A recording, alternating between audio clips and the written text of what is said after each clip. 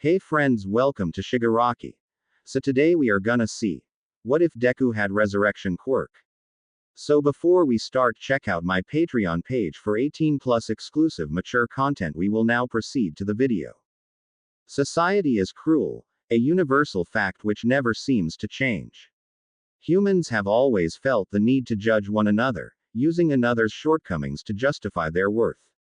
They're willing to use anything, whether it be strength, appearance, wealth, or intellect to place themselves on a pedestal, all while they scoff at those who seemingly lack these grand traits. One can only imagine how the judgmental nature of society grew once humans began developing quirks. Quirks, innate superpowers 80% of the world's population are born with, became society's newest means of determining one's worth. If someone has a cool quirk, they'll be worshipped no matter how horrible of a person they were, while those with lame or useless quirks were brushed off to the side. Now, one's power didn't always make them respected. If they had no means to control their destructive power, they'd be treated like rabid animals needing to be put down. Sometimes, a random vigilante or psychopath would do the honors. These people were below those with weaker quirks on a social level due to their unpredictability.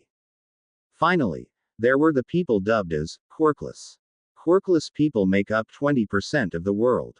As the name implies, they have no abilities, their social power being minuscule. Whether it was better to be quirkless or have an unstable quirk is a topic still debated to this day. Most who have a quirk are grateful that they aren't quirkless. Nothing's worse than being society's punching bag, they'd argue. Izuku Midoriya would disagree. Sometimes one's quirk was a huge hindrance to their lives. Due to his quirk, he could never live a normal life even if he tried. What was his quirk? Well, he can't die. He first discovered his quirk when he was 4 years old.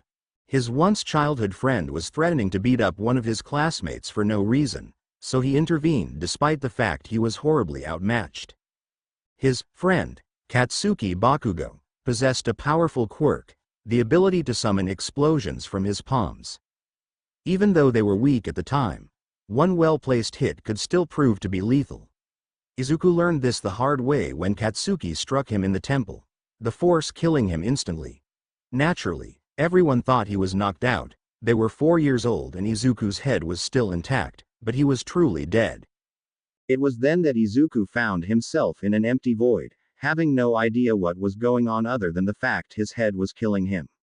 After what felt like hours, the void soon cleared and Izuku woke up, still lying on the ground.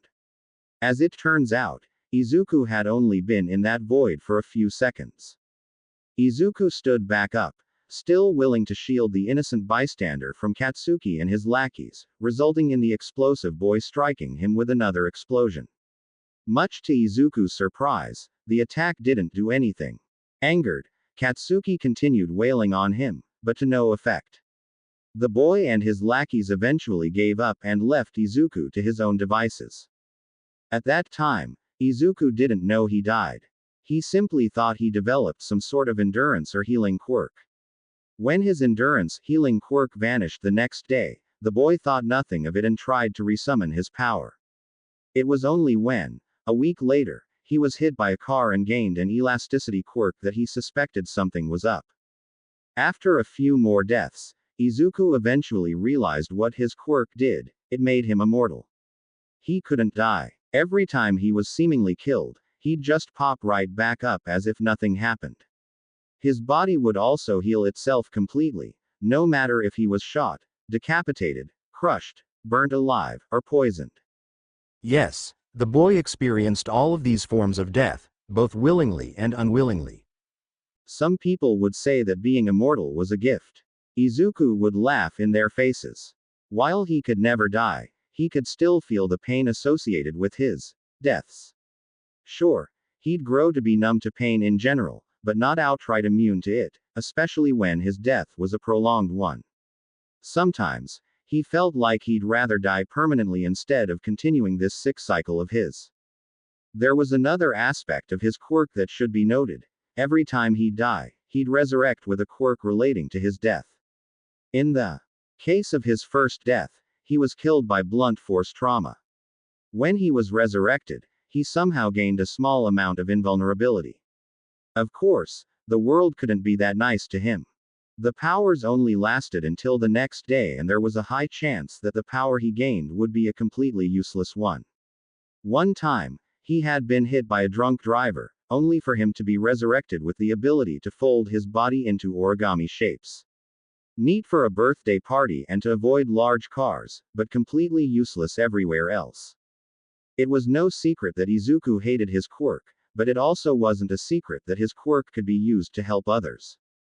Being able to quickly pop back from the dead and adapt to any situation was extremely useful. Izuku knew how death felt like, and it wasn't something he would want an innocent civilian to experience. His quirk can help people, which is why the boy decided that he would become a hero.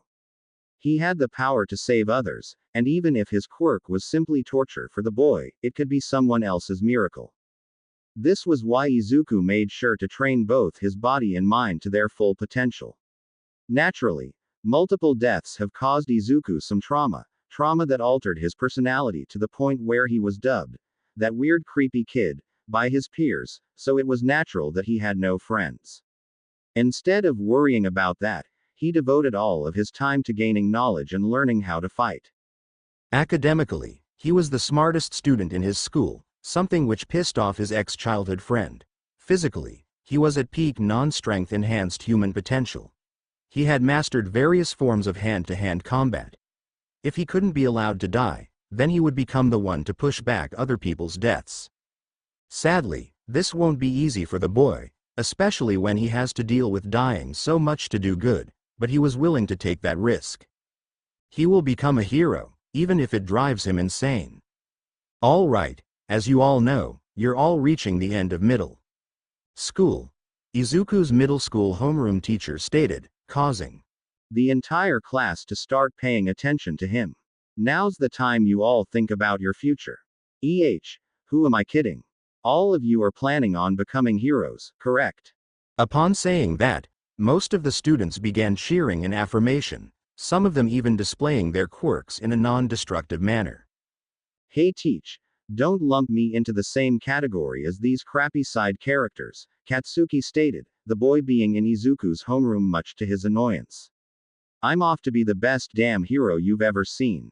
Ah, right, you're applying to UA correct? His teacher asked the boy, surprising most of his classmates. UA Academy was considered to be the best hero development school in Japan. The chances of anyone getting in were slim, yet this didn't seem to faze Katsuki, the boy having a smirk on his face. Damn right I am, I even aced the mock test. As his classmates began fawning over Katsuki, Izuku began to dive into his own little world, not wanting to watch his classmates stroke the ego of his biggest bully. Sure, you'll be a hero, the same day you become a decent human being, Izuku thought to himself. Ever since Katsuki gained his quirk, he became a typical school bully, beating and abusing people for fun. His favorite target was Izuku simply because of the status of his quirk. Izuku was immortal, meaning Katsuki had a free punching bag. It didn't help that Izuku was essentially quirkless unless he actually died, something Katsuki saw as him being weak and a reason to hate him. Izuku would have done something about Katsuki a long time ago, but he was protected by the school. He was their prized student, due to his good academic standing and strong quirk. He would be the one to get their middle school on the maps, as they'd be able to brag about the fact they had helped raise a great hero. Back when he tried telling the teachers about the boy's abuse, they'd wave him off. You can't die, they'd say. So stop complaining. It actually brought up a good question. If someone killed Izuku, could they be charged with murder? According to the time he was hit by a drunk driver, the answer was no. The police only charged him with driving under the influence despite his mother's protests. If Izuku ever thought about trying to fight back against his bully, he could be expelled, ruining his chances of getting into a hero school. Yes, Izuku's quirk was more powerful than the other boys, but society seemed to have a strange fixation on flashy quirks, hence why they valued Katsuki over him. Midoriya, aren't you applying to UA as well? the teacher asked him. Glad to see you read my application, Izuku replied without missing a beat before going back to his journal titled, Hero Analysis for the Future No. 14. The boy had developed the hobby of keeping detailed notes about every hero and villain he could find. Doing so allowed him to think of ways in which one could effectively use their quirk while also coming up with ways to render a quirk useless. As a hero, one cannot rely solely on their own quirk, even one which allowed the user to be immortal. It wasn't his life that he cared about, it was the ones of the people he was saving. What's the point of being willing to die when it wouldn't change a thing? I mean, his quirk is good, one of his classmates stated, causing everyone else to start murmuring. The only person who wasn't was Katsuki, but Izuku wasn't even paying attention to his classmates to notice. Deku, Katsuki growled, not liking the fact the boy was applying to the same school as him, Deku being a nickname the boy gave him out of mockery. Deku was a word meaning useless, and Katsuki latched onto it, using it to mock the boy for the fact he was quirkless unless he died. Honestly, he felt Katsuki could have a little more variety when calling him names. Seriously, he only latched onto that one and shitty punching bag as insults. For someone who was supposedly the second smartest student in the school, behind himself obviously, he sure didn't act like it. All right, that's enough, the teacher stated to regain control of the class. The bell rang a few minutes later, causing everyone to flood outside the room. Glad that the day was over, the boy began to pack his things, only for someone to swipe his journal. The fuck is this? Katsuki asked out loud, making his victim nervously eye him as he had no idea what was going to happen. Hero analysis for the future. You really think this is going to help you? In the background, two boys snickered, them being followers of Katsuki despite the fact he simply saw them as extras. Izuku rolled his eyes. Having died multiple deaths, he no longer feared the boy in front of him. Seriously, he's faced death multiple times, some means far more slow and painful than those caused by being hit with one of the boy's explosions. Yes, what the hell do you want? Katsuki glared at Izuku before speaking. Behind every hero is a story about their uprising. I want mine to be unique. I'll be the only person to have graduated from this shitty school and make it pro. I'd rather not have any setbacks, so don't apply to UA, got it? PFT. Izuku snickered. He couldn't help it. This was the person his middle school was betting on to help put them on the maps? Their legacy? He would have laughed more if it wasn't for the fact he wanted to go home. Hate to break it to you, again, but the world doesn't revolve around you. I'm going to UA and you can't stop me. If Katsuki was angry before, he was now enraged. You think someone like you can compete with someone like me, huh? You're just a fucking pebble in my way. Izuku glanced at his watch. Are you done talking about your inferiority complex or do you still need a minute? This was Izuku's typical way of dealing with Katsuki and the people who treated him poorly. They outright sought to make it miserable, so why should he show them any? It wasn't like that would change anything, he's tried that before, so he might as well get some laughs out of interacting with them. Boom. Asterisk in response. Katsuki blew up Izuku's notebook, the boy tossing it out the window a second later. Damn, what did that notebook ever do to you? Katsuki looked like he was ready to blow up. You're a nobody, Deku. Just do us all a favor, take a swan dive off the roof and hope you stay dead. You'll be far more useful dead than you fucking are now. An aura of silence surrounded everyone, the three bullies waiting for Izuku's reaction. Most would be put to tears or enraged by such a statement, so imagine their surprise when Izuku began smiling. You know Bakugo. We're 9 months away from graduating from this shitty school, Izuku told him, his fake smile growing to a creepy size. The school won't be able to protect you anymore. One day, you're going to run your mouth off to the wrong person. What will you do then? You'll probably try blasting them because that's all you're good at and it's your solution for everything, but that won't always work. Izuku circled around the bullies. If you're lucky, you'll just get beat up and get a reality check. If you're unlucky, Then you'll be exposed for being the villainous psychopath you are. Izuku bopped Katsuki in the nose, the other boy frozen in place by his rage. So let me ask you for a favor. Either stop trying to be a hero or change your attitude.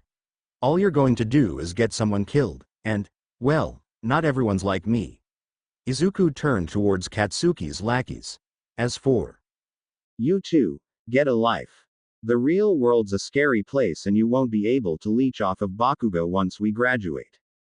The young immortal checked his watch once more before patting the three of them on their heads. Well, good talk, but I gotta go. Mom's making. Katsuden. Slinging his backpack over his shoulder, Izuku hummed a happy tune as he left the three bullies to their own devices. Ah, just my luck, a disguise, and one of a harmless schoolboy no less. Looks like I can finally get rid of that pesky hero. Izuku facepalmed. Of course he'd run into a villain today. Having wasted enough time retrieving his notebook, Izuku decided to take a shortcut through a small tunnel. Unfortunately, it seemed like a villain was using it as a hideout. Fuck my life. Izuku simply sighed as the villain shot a tendril at him. Get over here. Pulling him towards his body, the villain began absorbing him. Don't worry kid, this won't take long. That's what they all say, Izuku mumbled to himself. Part of him wanted to let the villain know that he was just wasting his time, but the other part of him knew that it was best he deal with the villain himself. He didn't want to get innocent bystanders involved. Ha, if it wasn't for you, I'd probably be caught right now, the villain mocked his dying victim. Thanks kid, you're my hero. Izuku would have responded, but once again, his world went to black as the familiar pain that came with dying began consuming his body. And then he woke up, with a new quirk to boot. He managed to get lucky, scoring a high-level water manipulation quirk. Wait, what's going on? The villain asked out loud as he felt himself being forced out of Izuku's body.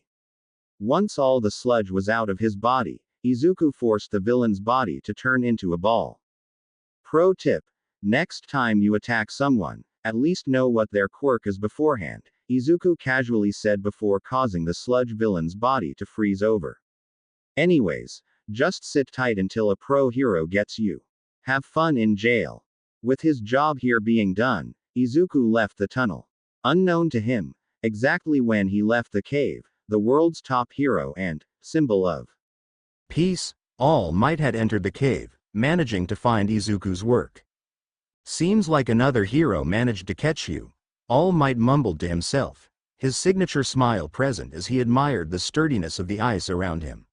Well, this makes my job easier. There were 9 months separating Izuku from UA's entrance exam.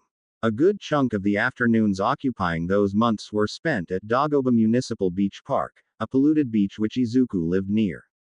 Taking up the task of cleaning the entire beach, the boy used this to increase his strength, it serving as part of his training. There was also the fact that he occasionally found extremely useful items while cleaning the beach. One of his personal favorites was a katana. Now, Izuku knew that he would benefit greatly from a weapon, so finding that katana gave him the motivation to learn how to use one. In addition, he brought himself a BB gun. It was best to be prepared, so Izuku decided that he should learn how to use a gun as well. It was hard work learning how to use 2 weapons, making sure that his skills in hand-to-hand combat were honed, maintaining his great intellect, and cleaning an entire beach at once, but the boy pushed through it all. Nothing was going to stop him from being a hero. After a grueling 9 months, it was finally time for Izuku to take UA's entrance exam. The boy was confident that he'll ace the written portion of the exam, but he knew he was going to struggle with the physical portion of the exam. The exam had him fighting robots and well, there was no way he could hurt them with his bare fists. As such, Izuku decided to wake up early so he could snag a quirk before the exam. Hey mom, I'm going to burn myself at Dagoba Municipal Beach Park before I head to UA, the boy told his mother as he prepared to leave. All right. Good luck with your exam, his mother shouted from the kitchen. Leaving his home, Izuku did what he said he was going to do. Taking off his clothes, Izuku poured a bottle of alcohol over himself and using a lighter he found on the beach while cleaning it, lit himself ablaze. Having spent so much time with his quirk, Izuku generally knew what types of quirks came with the various ways one can die. By falling from a high place, the quirks he's most likely going to get were endurance enhancers, strength enhancers, or flight. Breaking his neck primarily gave him quirks that made it so he didn't have to breathe or quirks that allowed him avoid breaking bones such as elastability. Drowning tended to give him water-based quirks, though quirks that made it so he didn't have to breathe were common as well. Getting hit by a moving object such as a car sometimes gave him a speed-enhancing quirk in addition to ones which enhanced his strength or endurance.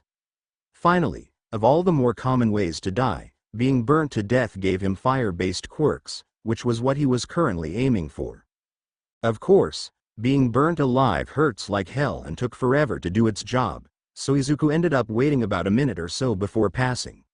Popping right back up, the boy was granted a medium-level fire quirk, something he was immensely happy for. He seriously thought that he'd get a fire resistance quirk instead and would have to reset his quirk until he got the right one. Putting on his clothes, the boy noticed that an elderly couple was looking at him as if he were a madman, having seen Izuku light himself ablaze. Giving the gobsmacked couple a smile and friendly wave, Izuku made his way to UA.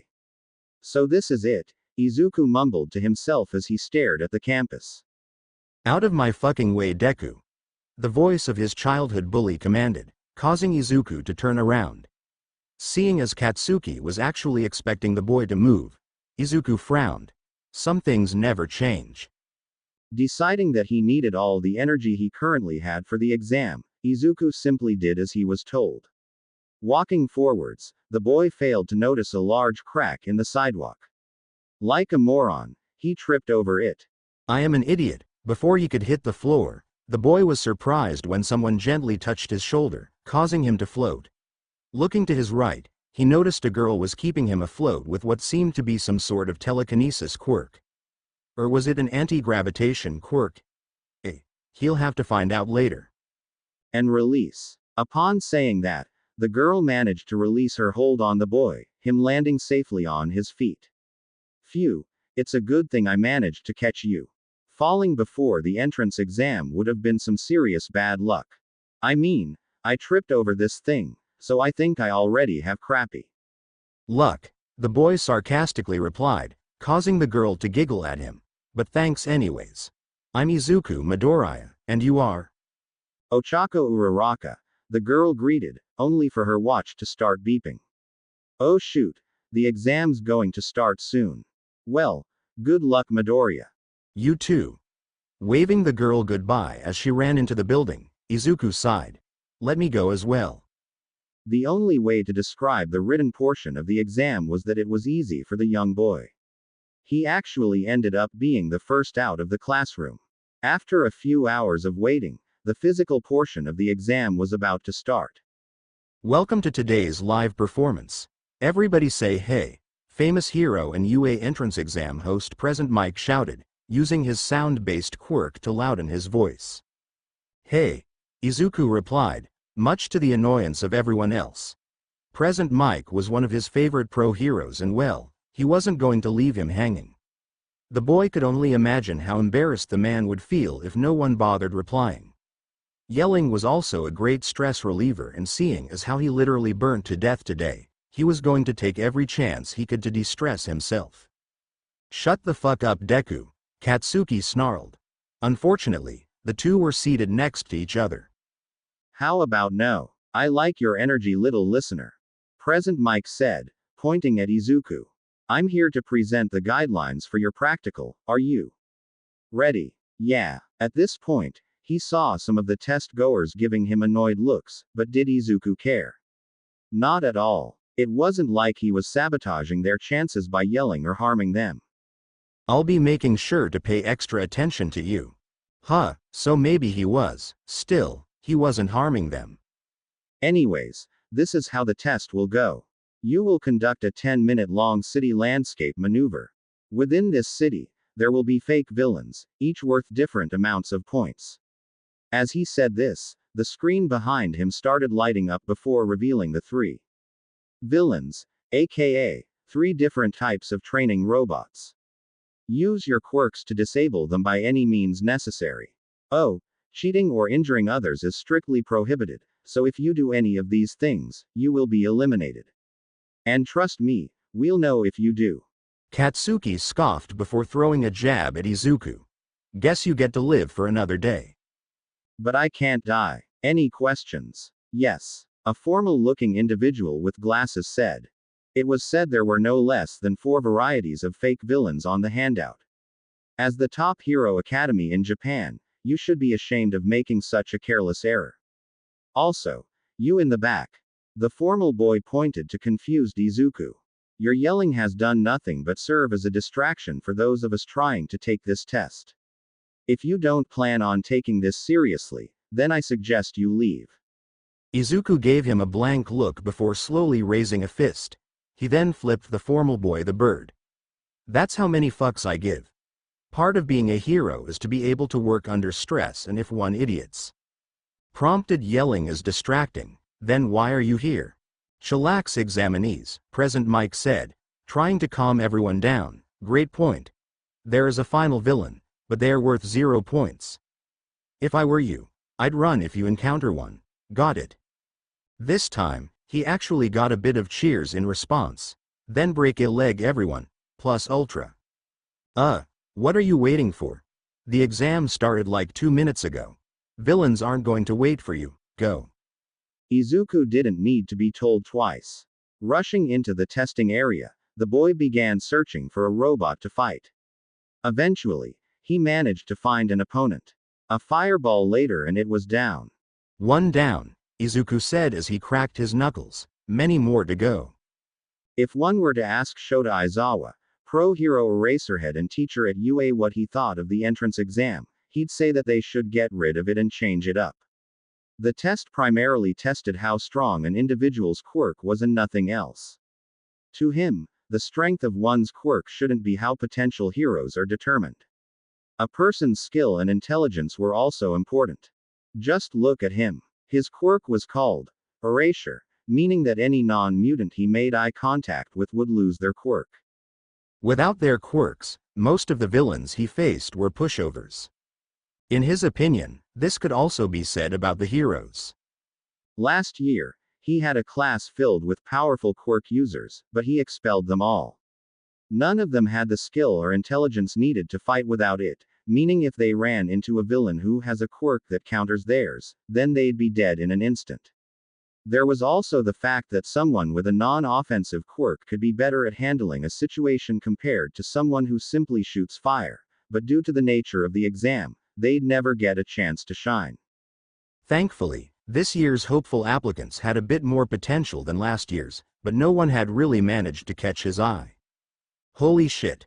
Present Mike shouted, earning the attention of the rest of the faculty present. May I ask what has caused you to say such vulgar language? The principal of UA, Nezu, asked. Nezu was some form of animal hybrid born with a quirk that made him one of the smartest beings in the world. Glancing at the stack of papers in the man's hands, the principal was able to figure out the answer himself. Ah, you found his file. Shota raised an eyebrow at this. Normally, the quirked animal barely paid much attention to the applicants unless they passed his Izuku Midoriya, Nezu responded, gesturing to present Mike to hand the man the files. He's quite the unique individual. If I had known about him earlier, I would have given him a recommendation. This silenced everyone. Nezu never gave out recommendations, so for him to say so meant that this boy did something to catch his eye. What makes him so special? Pro Hero and you a teacher Midnight asked him. His quirk rivals the likes of All Mights. The man in question coughed up some blood while Shota began to lose interest. Another kid with another powerful quirk.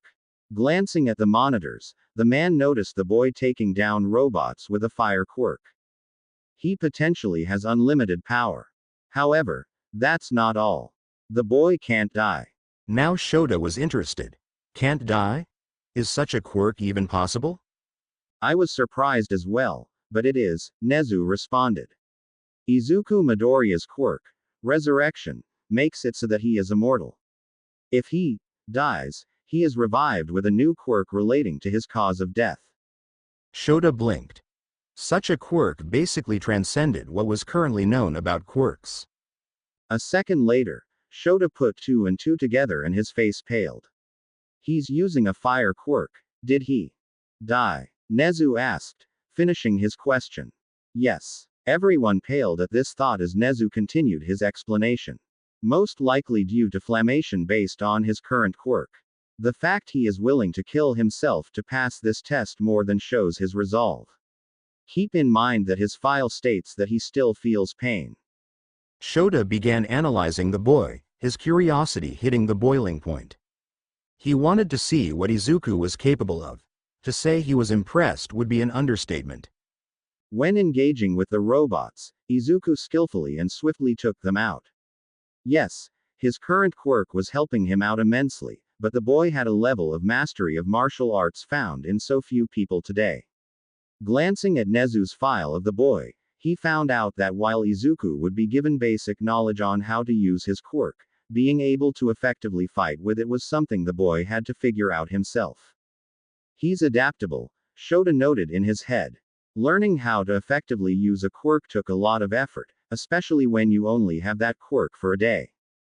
Further glancing at the screen, Shota managed to catch something important, something all of the other faculty members noticed as well upon seeing the normally stoic man paying so much attention to a single applicant. The way Izuku fought wasn't like a student. No, it was more like a pro hero. Each move he made had purpose and the intensity in his eyes was like nothing else. This boy has fought before, has saved before, and has seen some stuff no child his age should ever have too.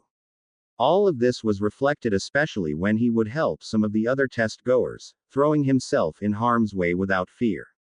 With his quirk, he understood death like no one else, and he was willing to do everything he can to prevent other people from experiencing what he has gone through. The man had to wonder though, does the boy go to therapy? There was no way the boy was mentally and emotionally stable after experiencing death multiple times. How many points does he have? Shota asked. He's currently in the lead, Present Mike stated. Good. I want him in my class. Everyone stared at the man. Shota has never asked for a student to be in his class before.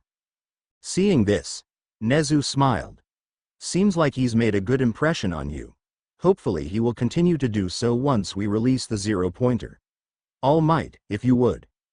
On it, the number 1 hero swiftly pressed the button, releasing the 0-pointer. Let us see how all our applicants do when faced with an immense threat. Izuku smirked at the carnage he had created. He had managed to rack up 50 villain points with a medium-level fire quirk. Everything was going well, that is, until the 0-pointer was released. Isn't this a bit too excessive? Izuku asked himself as he watched the robot blow up buildings with literal laser beams. Glancing to the side, he noticed that everyone began running away, something Izuku thought was a good idea. Before he could move however, something managed to catch his attention. Help. Under some rubble and in the path of the robot was the brown-haired girl who managed to catch him from falling. It was clear. She couldn't get out and if someone didn't do anything, she would be crushed. Somebody, please help me. Some would point out that the 0-pointer was most likely programmed to avoid causing any lethal damage, meaning it would simply step over the girl. Izuku would argue that there was a chance that the robot could still kill her. Instead of running away, Izuku ran forwards, ready to help the girl. Its eye is exposed, Izuku noted as he took in the robot's appearance. I don't think I can generate enough heat to destroy it, but I might be able to distract it by blinding it. Chucking a fireball, Izuku smiled as the robot suddenly stopped moving, seemingly trying to regain its eyesight. While it did so, Izuku took his place next to the girl. All right. You have a quirk that lets you make things float. Think you can get this stuff off you? The girl gave him a look of uncertainty. I think so, but my ankle is sprained and that thing's getting close. Don't worry about that, Izuku told her as he chucked another fireball right at its eye. Just concentrate on lifting. I'll hold it off. The confidence Izuku extruded when saying this motivated her to lift the rubble off. Throwing another fireball, Izuku picked her up, bridal style. Think you can use your quirk on me? I'm not sure how long the same trick's going to work on it and I want to get out of here. The girl did so without question. Good, now hang on tight. She only had a second to do so as a burst of flames shot from Izuku's back. Well, there goes my shirt, the boy said as they rocketed forwards. Eventually, they managed to catch up to the other test-goers. You can release me now, the girl compiled, dropping her quirk. Phew, that was fun, Izuku said with a laugh. Flying's always fun, are you alright? For a while, the girl couldn't speak, star-struck by the boy who had saved her. She has never seen such bravery and skill before in her life. Judging by the fact that everyone else was looking at the boy in a similar way, she wasn't the only one. Why yeah, but my ankle still hurts. Izuku nodded. I'll carry you to the nurse. The girl finally noticed the position they were in and became a stuttering mess. Izuku however didn't and continued doing his thing. Thankfully, the boy didn't have to travel far because the nurse was already on site. Oh dear, seems like these tests get more and more dangerous every year, an elderly lady said to herself as she strolled towards the test takers. Izuku immediately recognized her as a recover girl, a hero who heals others instead of fighting bad guys. Does anyone need healing? As much as Izuku wanted to release his inner fanboy right now, there were more important things he had to do. She does. Nodding her head, the woman kissed the girl in her arms, healing her ankle. There you go. All better. Thanks, the girl said in gratitude, Izuku setting her down shortly after. How about you? Recovery girl asked Izuku. Unless you can heal my shirt, I'm fine, Izuku told her. With Ochako's body being the only thing keeping his shirt on him, it fell off, exposing his upper body. Thanks though. Not a problem, Recovery girl stated before facing everyone else. As for the rest of you, you've all had a long day. I'd suggest going home and getting some rest. We'll send you your results over the mail in a few weeks. What a day, Izuku said to himself as he left, having no real reason to stay. I'm surprised I didn't die. Unknown to him, two people were moved by his act of saving the girl from danger. That boy, he clearly acted like a hero when the rest of us ran. It seems I still have a bit to learn. He saved me without hesitation or fear for his safety. He could have easily used this time to earn more points. He definitely deserves to come here. Back at the teacher's lounge, everyone was surprised at what they had just witnessed.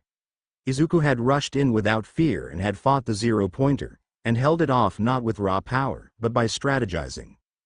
If I haven't already chosen my successor, I would have picked him, All Might thought to himself. Known only to a few, All Might's time was running out, having suffered a major wound against a villain so dangerous that All Might made sure the public never learnt of his name.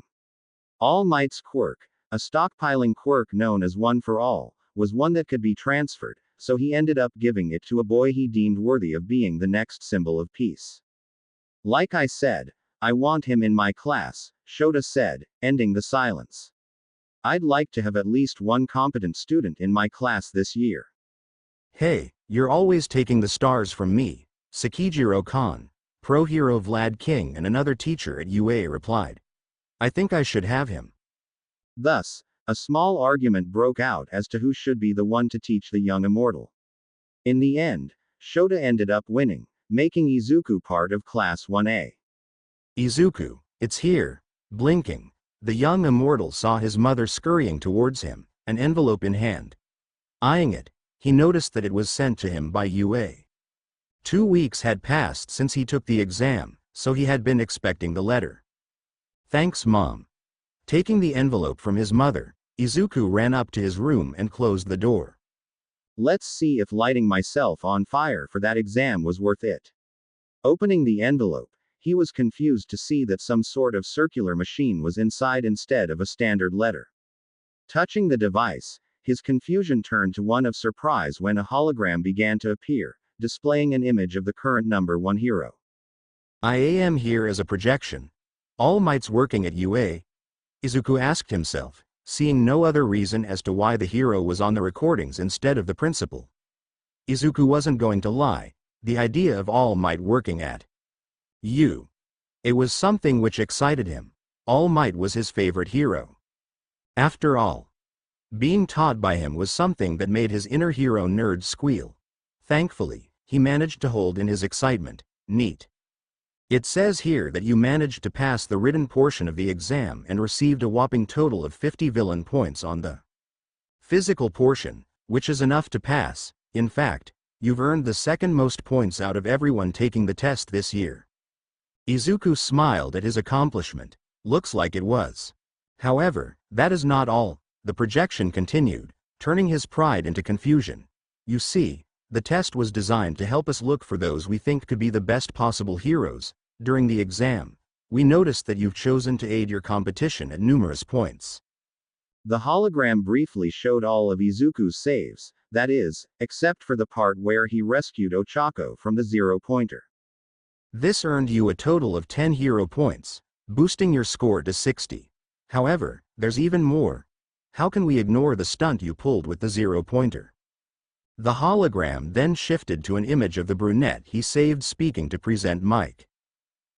Excuse me, but I have a question about the test. Sure, ask away, little listener. Well, during the test, a green-haired boy saved me from the zero-pointer that was about to crush me.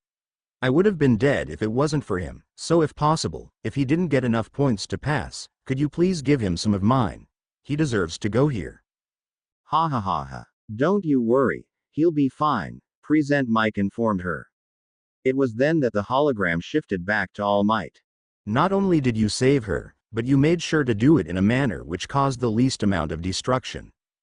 For this, you have received 70 extra hero points and the girl you saved earned 40 hero points. The hologram's image shifted again to show a chart of the top 10 highest scoring participants. Highlighted on it was the girl he saved and his own. With the hero points, he actually ended up scoring 130 points, putting him in first place by quite a margin. Second place had nothing on him. Come young Midoriya, this is your Hero Academia now. Hey mom, I made it. Izuku shouted. That's great. I'm so happy for you. His mom shouted back. This hologram will self-destruct in 3, his eyes widening. Izuku grabbed the disc. 2. With no hesitation, the boy opened his window and tossed the device outside. Quote. 1. Boom. Asterisk the hologram exploded into a pile of smoke, prompting Izuku to close his window. The hell? Excuse me. I ask that you take your feet off the desk this instant. It is extremely disrespectful to those who took the time to create it. Peeved.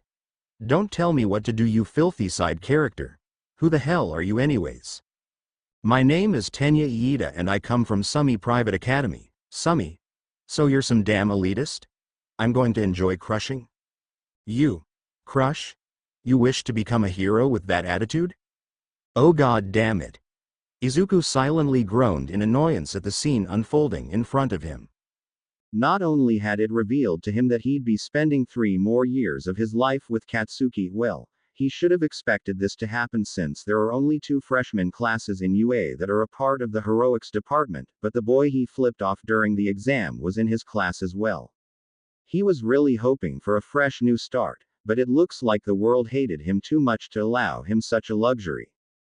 Deciding that it was a good idea not to piss anyone off before the day even started, Izuku took a seat somewhere in the front of the class and waited for his homeroom teacher. Naturally, it was at this moment when the formal boy decided to make his way to Izuku. You are the boy who took on the zero-pointer and saved that girl, correct? Izuku raised an eyebrow at this while ignoring Katsuki's loud mumbles about he got fucking lucky, trying to figure out what this boy wanted from him while also simultaneously trying to see if he should play nice or not. On one hand, the boy might not be the jerk he thought he was. On the other hand, almost everyone Izuku met were jerks. Yes. Great, I must admit, I was quite surprised to see you manage to quickly deduce the hidden portion of the exam, something not even I could get. My name is Tenya Iida and I look forward to spending my next 3 academic years with you. Izuku tilted his head. He wasn't expecting such a greeting. The boy probably had ulterior motives, but Izuku would smile and play along. No need to make an ass of himself on the first day. Nice to meet you, Iida. I'm Izuku Midoriya. Sorry for flipping you the bird earlier and about the hidden portion of the exam, I didn't know about it. I just saw a girl who was in danger and jumped in. I see, then you certainly deserve to be a hero, Tenya declared. Very well then. I shall follow your example this day forth so I may call myself a hero someday as well. As this was going on, a man in a sleeping bag began inching his way behind the teacher's desk, said man being Shota Aizawa. Izuku saw him do so and became confused. Hey Iida, do you know if UA has a homeless employment policy going on? Not to my knowledge, why do you ask? There's a hobo behind the teacher's desk, Izuku said as he pointed to Shota. Might want to do something about that. It was then that his hero knowledge kicked in. Wait, never mind. That's just Eraserhead. Don't know why a hero who hates attention is teaching, but hey, I'm not going to tell him how to live his life. Hey, green hair, you're the boy that saved me. Turning their attention towards the door, the two teens noticed the girl Izuku had helped enter the room. Wow, I can't believe we're in the same class. Thank you for saving me, Izuku Midoriya, right? Yeah, Izuku responded, analyzing the girl. She, like Tenya, seemed nice enough, but he would still keep his guard up around them. Ochako Uraraka, right? Yep. Well, I'd love to talk to you more, but I think our teacher's waiting for us to quiet down. Huh? Ochako asked, her voice catching the attention of all his classmates. It was then that everyone noticed Shota, the man having stepped out of his bag. Only one of you noticed. I'm a bit disappointed in those who didn't. Shota spoke, the class quieting down upon hearing his voice. Part of being a hero is being alert. If I were a villain, everyone here but Midoriya would be. Shota immediately remembered the boys. Quirk. How the hell do you deal with someone who can't die? Dead. Izuku held in a laugh. It was obvious Shota knew. Well, everyone was going to find out one way or another. Depending on how they treat him once they find out will determine how he sees them in return. Will he finally get some friends? Probably not, but he was hoping they weren't like Katsuki. Dealing with one was already annoying as it is, he didn't need more. Anyways, I'm wasting enough time as it is. I'll make this quick. I'm Shota Aizawa, your homeroom teacher. Understood. Yes, sensei. Tenya diligently shouted as everyone looked at the strange man. Good. I'll be handing out your PE uniforms. Go get changed and meet me at the back field. Just because it's your first day doesn't mean you don't have to work. You managed to get here in under 2 minutes, Shota told Izuku as the two stood outside, waiting for the rest of the boys' classmates. Not bad. I just changed while heading over here, Izuku admitted as he glanced around the field. He never liked being in the locker rooms back in middle school, so whenever it was time for gym class, he'd change while walking. What are we doing? I'll explain once everyone gets here, Shota said. Do I need my quirk for this? I'll explain once everyone gets here, Shota repeated. All right, Mr. Grumpy Pants, have it your way. The two stood in awkward silence until everyone else arrived. HMPH, you all made it here in 8 minutes, Shota said, giving the rest of the class a disappointed look once everyone made it to the field. We'll work on that. Now, the reason I brought you all out here is for a quirk assessment test. A quirk assessment test? Ochako asked, tilting her head in confusion. Izuku frowned. Of course. Shouldn't have left my lighter in my bag. Shota simply nodded in response. Yes. You've all had basic physical assessment tests back in elementary school, correct? These are nearly the same. This is going to be so much fun, a pink-skinned girl shouted in excitement. Fun? You think being a hero is fun? Well, how about this? Anyone who I deem to have no potential will get expelled, is that clear? Expelled? But we just got here. That's so unfair. A short boy with grape-looking hair, Minoru Mineta complained. Everyone else began complaining as well, not liking the fact that people could be expelled on the first day, all except Izuku, who seemed to be thinking about something. Unfair? According to the principal, as teachers can run our courses as we please. As a result, I'm sorry to tell you that for the next 3 years, UA will run you through the ringer. That's plus ultra. Use your strength to overcome it all. So bring it. When Shota finished, most of the class looked at one another with uncertainty. Their looks of uncertainty would turn to one of confusion a second later. Hey sensei, do you have the keys to the roof? Izuku asked his teacher. Since his lighter was in his bag, he only had 2 easy ways of killing himself. Either he leaps off the roof or snaps his neck. Doing the latter won't give him anything useful for a physical exam, so the former was his only option. Shota raised an eyebrow. Keys to the roof? You said this was a quirk assessment test. Shota's eyes widened as he realized what Izuku's intentions were. You're taking this test quirkless. You sure? Izuku asked. I could always snap. You're taking this test quirkless. The fact Izuku was willing to light himself on fire during UA's entrance exam more than proved he was worthy of being in the hero course. There was no need to make him kill himself again. At this point, Shota just needed to know how athletic Izuku was. How the hell do I deal with this kid? All right, we'll do it your way, Izuku shrugged as everyone looked at them, confused as to what was going on. The only one who wasn't was Katsuki, who was happy that Izuku was taking this test quirkless. He was hoping Shota would expel him. Without dying, Deku's fucking worthless. The exercises were simple, consisting of the softball throw, a 50-meter dash, a test of grip strength, a long jump, and a sidestepping test. Thankfully, due to all the training he's done, Izuku was able to avoid coming in last on any of the tests. Once all the tests were done, Aizawa began to address his class. With that out of the way, it's time to reveal the results of the test. With the press of a button, everyone's results and rankings were put on full display. Some were pleased with their score while others were not. In Minoru's case, he was tearing up as he found himself at the bottom of the pack despite his fantastic score on the repeated sidestep test. He already knew he was at risk for being expelled seeing as he was at the bottom of the pack. As for Izuku, he was satisfied with his score. 10th place. Not bad. Fucking Deku, Katsuki growled at seeing Izuku wasn't last. As everyone continued reacting to their scores, Aizawa let loose a small cough, grabbing everyone's attention. Now if you're all done comparing scores, I have an announcement to make. As I said before, anyone who I deem to have no potential will get expelled. However, since all of you seem to be at least somewhat competent, I'm not expelling anyone today. Oh thank God. Minoru joyfully cried out. Now go get change. Your next class starts in 10 minutes. The rest of the day came and went by quickly.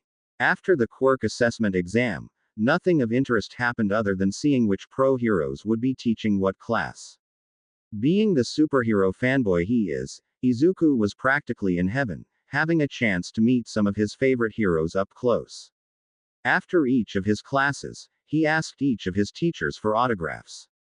Eventually, Class 1A found themselves waiting for their last class to start, it being the mandatory Heroes Basics course. Surprisingly, no one knew which hero would be teaching this class, well that is, except for Izuku. Such remained a mystery until said teacher ended up bursting through the door, making a memorable entrance. I am coming through the door like an ordinary person. The booming voice of their teacher shouted as he entered the door. With the hero's bulging muscles and his costume, there was no mistaking his identity. He was the #1 hero All Might. Seeing the legendary hero in person, everyone began getting excited. Is that really All Might? That's definitely his Silver Age costume? Sign my book All Might. Izuku shouted, pulling out his burnt journal. Settle down everyone. All Might said, silencing everyone. Yes, the rumors are true. I, All Might, will be teaching the Heroes Basics course here at UA. Today, we'll be going over combat training. However, such training must be done with style. Your hero costumes are labeled with the same number as your seats. Put them on and meet me at ground beta. Plus ultra. Wasting no time, everyone began grabbing their costumes and prepared for the lesson. Can I still get that autograph? Izuku asked his teacher. Of course. Grabbing the notebook, All Might signed with surprising speed before giving it back to the eager fan. Thank you so much. I'll treasure this forever. It'll be a family heirloom. Always glad to be of service, the hero said before walking off. Now, let us get ready for class. Man, Yue really came through, Izuku thought to himself as he admired his costume. It wasn't really anything special, only consisting of an army vest, a respirator, and sweatpants, but it wasn't like he needed any protection due to his quirk. Even the army vest didn't offer anything, really only being there to supply ammo for his guns, a switchblade, and some smoke grenades. Speaking of which, on each side of Izuku's waist hung 2 handguns, both having 2 small nozzles on each side. The ones on the outermost side controlled how powerful the guns were. On its lowest settings, they were weaker than a BB gun, while on the highest, they could shoot through bricks. Obviously, since this was an exercise, he wasn't going to use the lethal settings on anyone but himself. The innermost nozzles turned the guns into rifles so he could hit people far away. Finally, he had 2 short katanas hanging from his back in case he needed to do some close-quarters combat. Eventually done with admiring his costume, Izuku began leaving the changing room. Once everyone was in costume, All Might began explaining the exercise. Alright. As you all know, being a hero often means you'll be fighting bad guys. As such, you'll need to learn to defend yourselves. I've split you all into 10 teams of 2. 2 teams will go head-to-head at a time, one serving as the heroes and one serving as the villains.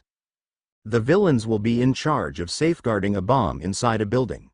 The heroes, on the other hand, will need to retrieve said bomb before the timer runs out. Any questions? Can I blow everyone up? How do the heroes retrieve the bomb? Are we going to get expelled like with Aizawa-sensei? How will teams be chosen? Isn't this cape fantastic? Hold it. To retrieve the bombs, all the heroes need to do is touch it, All Might said before holding up a large strip capture tape. Both the heroes and villains will be getting these strips of tape. Tie them around your opponent and they'll be eliminated from the battle. Also, no one's getting expelled. Everyone released a sigh of relief at the fact no one was being expelled. Teams will be chosen through a lottery, All Might continued, pointing at a computer behind him with all the students' names listed. Universe, if you love me, you'll put me on a team with someone decent and not with Bakugo. I'd rather drink bleach again than work with him. With a push of a button, All Might had the computer shuffle the teams. Once it finished, Izuku immediately looked at the listing, hoping that he wouldn't be partnered with Katsuki. He ended up lucking out in terms of partners though, Ochako being his partner instead. Wow, we're on the same team. It must be fate. I'll be counting on you. You do love me, Izuku thought to himself, happy with his partner. Ochako's been nothing but nice to him thus far, so he couldn't complain. He gave the girl a friendly smile. Great to be working with you.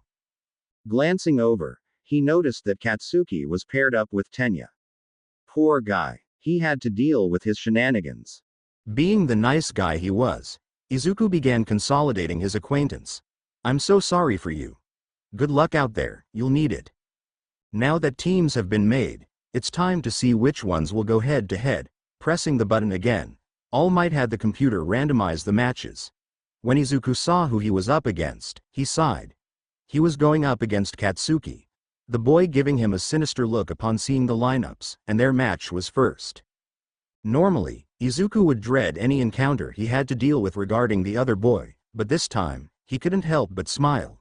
This was a situation he's been looking forward to for a long time. Once the matches were determined, the first one began. The villains had a 10-minute head start to come up with a plan, something which Tenya wanted to use. The bombs paper match, so that's a relief. All right, here's what I think we should. Tenya began speaking, only for Katsuki to cut him off. I don't give a shit about what you think. I'm going after Deku. And leave the bomb unguarded? That seems like a horrible plan. You'll be here to guard it, won't you, dumbass? Going in without a plan will only lead to failure. Teamwork here is import. I don't care what you think. Meanwhile, as the villains were doing their thing, Izuku and Ochako were outside the building, trying their best to come up with a plan. Well, Izuku was the one making a plan. Alright, so Bakugo's going to come after me, Izuku told her. While I fight him off, you go deal with Iida. I'll join you in a bit. Are you sure you can handle him? The girl asked, not liking the idea of separation. He looks mean. Trust me, I know that idiot like the back of my hand, Izuku said with a smirk. He's not an issue. Alright. I trust you. Just promise me that you'll surrender if things get too rough out there, okay? Izuku almost laughed, but remembered that she still didn't know his quirk. Don't worry, I'll be fine. 10 minutes are up. Hero team, you may now search for the bomb. Izuku grinned at his partner. Let's do this. Once the announcement was made, Ochako followed her teammate through the building, him serving as her guide. For a while, the two were able to navigate the building without much problem. Unfortunately, all good things must end as after a few minutes, Izuku's eyes widened. Ochako was about to ask him what was wrong when he tackled her to the ground, a large explosion having gone off. Looking up, both teens saw Katsuki in all his glory staring at them, upset his shot had missed. I was sure I was going to smash your HEA, bam. As Katsuki began talking, Izuku threw a punch at his forehead, causing him to stumble back. I think this is where we split off, Izuku said to Ochako while Katsuki recovered from the surprise attack. Alright. Good luck. When the girl left, Izuku turned his attention back to a very pissed off Katsuki. Fucking Deku. You know, Kachan, Izuku said, a false smile growing on his face. Kachan was an affectionate nickname Izuku gave the other boy when they were younger and still friends. However, the way he said it now held no such affection, instead using it to mock his former friend. I've been waiting for this moment. Our middle school can't protect you anymore, which means I can finally deliver all the karma you've avoided, you karma Houdini. Fuck off. Launching himself forwards, Katsuki prepared to strike Izuku with a right hook, something the other boy saw coming from a mile away. Pulling out his katanas, Izuku rushed in and slashed at the grenade-shaped gauntlets the blonde was wearing. Your costume is useless now, Izuku taunted, riling up his opponent. While the young immortal didn't know exactly what the gauntlets did, he knew that they were made to enhance Katsuki's explosions. I don't need those fucking things to kick your ass, Katsuki shouted as he attempted to hit Izuku with another explosion. However, what he failed to take into account was that Izuku's reach with his legs was longer than his own reach with his arms, so with a powerful roundhouse kick, Izuku sent him flying. What's wrong? Can't keep up with someone who actually knows how to fight? Izuku mocked his opponent. I told you things would be different once we graduate.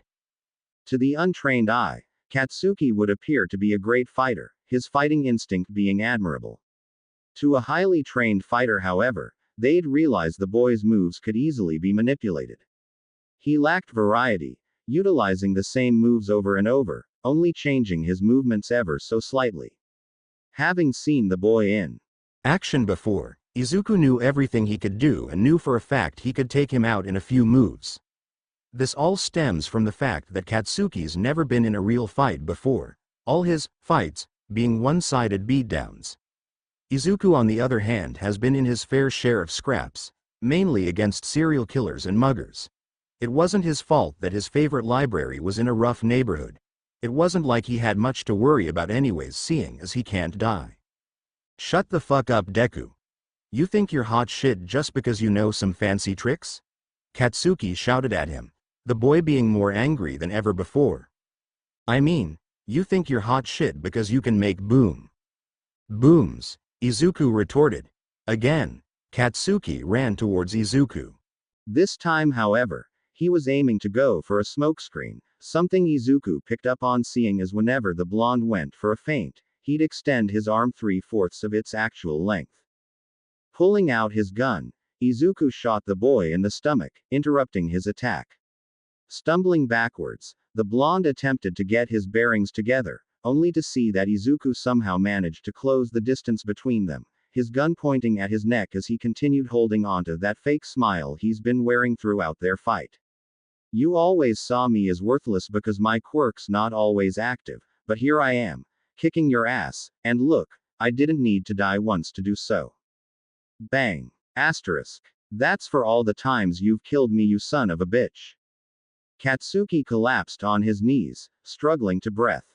Izuku had the gun on its lowest setting when he shot his opponent in the neck, so he would be fine, though it'll take a bit for him to fully recover. Using this to his advantage, Izuku secretly rolled a smoke grenade between the two of them and slid on his respirator. Once it exploded, Izuku ran in and wrapped the other boy's leg in the capture tape before he could start launching a torrent of explosions. Katsuki Bakugo is eliminated. The voice of All Might echoed through the intercom. The man never specified how someone had to wrap their opponent in capture tape, something Izuku took advantage of when battling Katsuki. Maybe now you'll work on being a better person, Izuku taunted as his bully began cursing. But you probably won't. Anyways, I got an exercise to win. With Ochako giving the boy instructions through an earpiece the two were given before the exercise, it didn't take long for Izuku to find Tenya and the bomb, both being on the 4th floor. Ida's speed's going to make him a problem, Izuku thought to himself as he hid from the other boy, who was too busy keeping Ochako away from the bomb to even suspect something was up. So I'm going to have to distract him.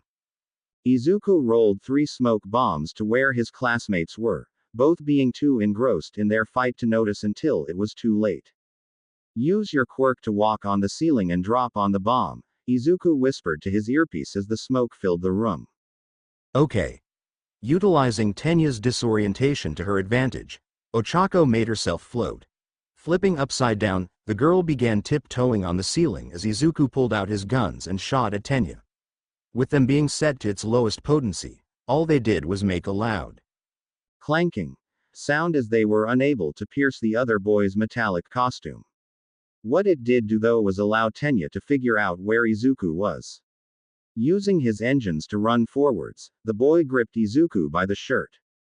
I commend your bravery, hero, Tenya said, seemingly aiming to get himself to play the villain role the best he could. But this is a battle you cannot win. Izuku smirked. Sorry to break it to you, but you lost ever since you decided to go after me, you see. What do you mean? Claimed. Ochako shouted as she hugged the bomb. I was only a distraction. Izuku's plan ended up working as Tenya wasn't able to notice Ochako, allowing the girl to safely land on her target. Hero team wins. All Might shouted, signaling the end of the battle trial. Izuku smiled to himself, happy with his performance. Sadly, that smile turned into a frown when the boy realized that Katsuki won't be taking this loss lightly. His ego had been attacked and he was going to be more violent from now on. Oh well, it's not like he can do much besides killing him again. At this point, Katsuki was simply a minor nuisance. Maybe he'll get himself expelled, that would be nice. Izuku watched the rest of the exercise go down. Being the first to go gave him the benefit of being able to analyze his classmates without having to worry about his match, so he did just that. By the time the last group went, the boy had created a page for everyone, completely noting their strengths and weaknesses. Well, there was still one person he had yet to do. For some reason, his classmate Shoto Todoroki has yet to use the fire aspect of his quirk. Based on the interviews he's seen with his father, the number 2 hero. Endeavor. The boy had the ability to summon ice and fire from his left and right side respectively. Why he has yet to use his fire remained a mystery. Perhaps he has no natural resistance to fire, meaning that if he overused it, it would burn him. It would explain the burn mark surrounding his eye. Eventually, the exercises ended and his class was dismissed. The boy was prepared to go home, only for his classmates to suddenly stop him.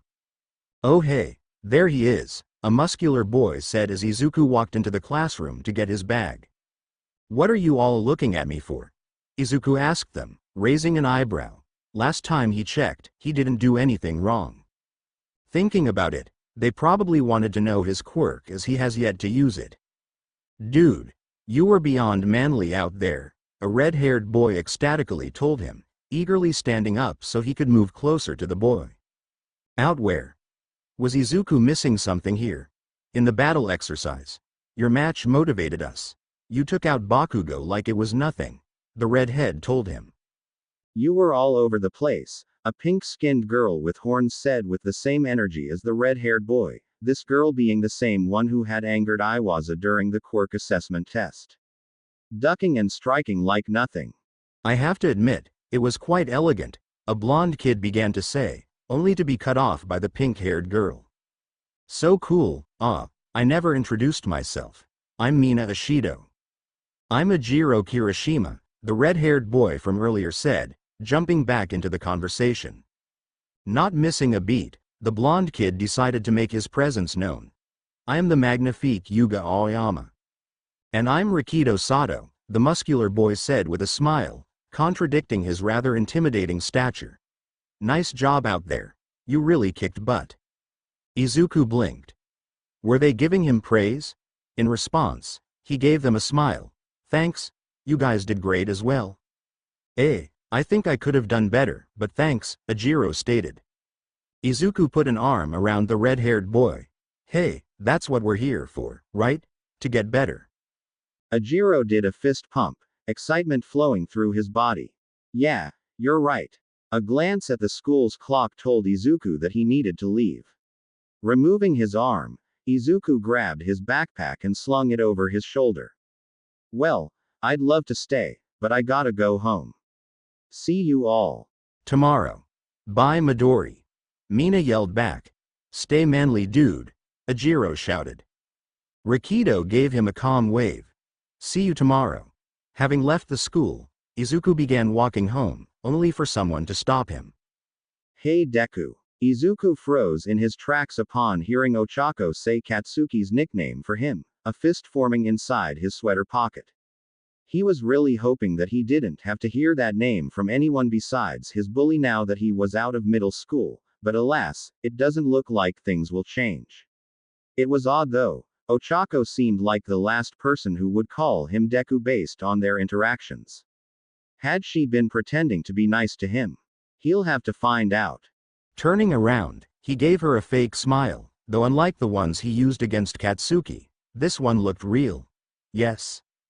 Funny enough, Tenya was also with her. What he wanted, Izuku didn't know. Let's walk together, the girl said with a beaming smile. Izuku faltered at this. Either her acting was too good or she was genuinely trying to be his friend.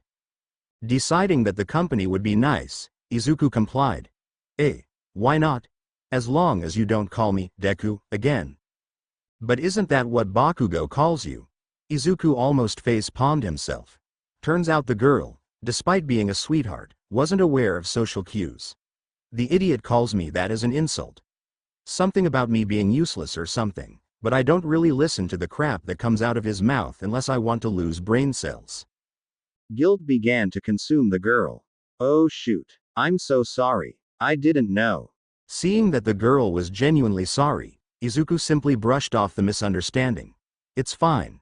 Just for the future though, never repeat nicknames unless you get that person's permission. I won't, Ochako said with a bow. Seeing the peppy girl upset was making Izuku feel a bit guilty. An insult? Did Yue really accept someone like him? Tenya asked. Izuku had to admit, he forgot the other boy was with them, but his comment more than made his appearance known. Hero schools love their powerful quirks, Izuku told him.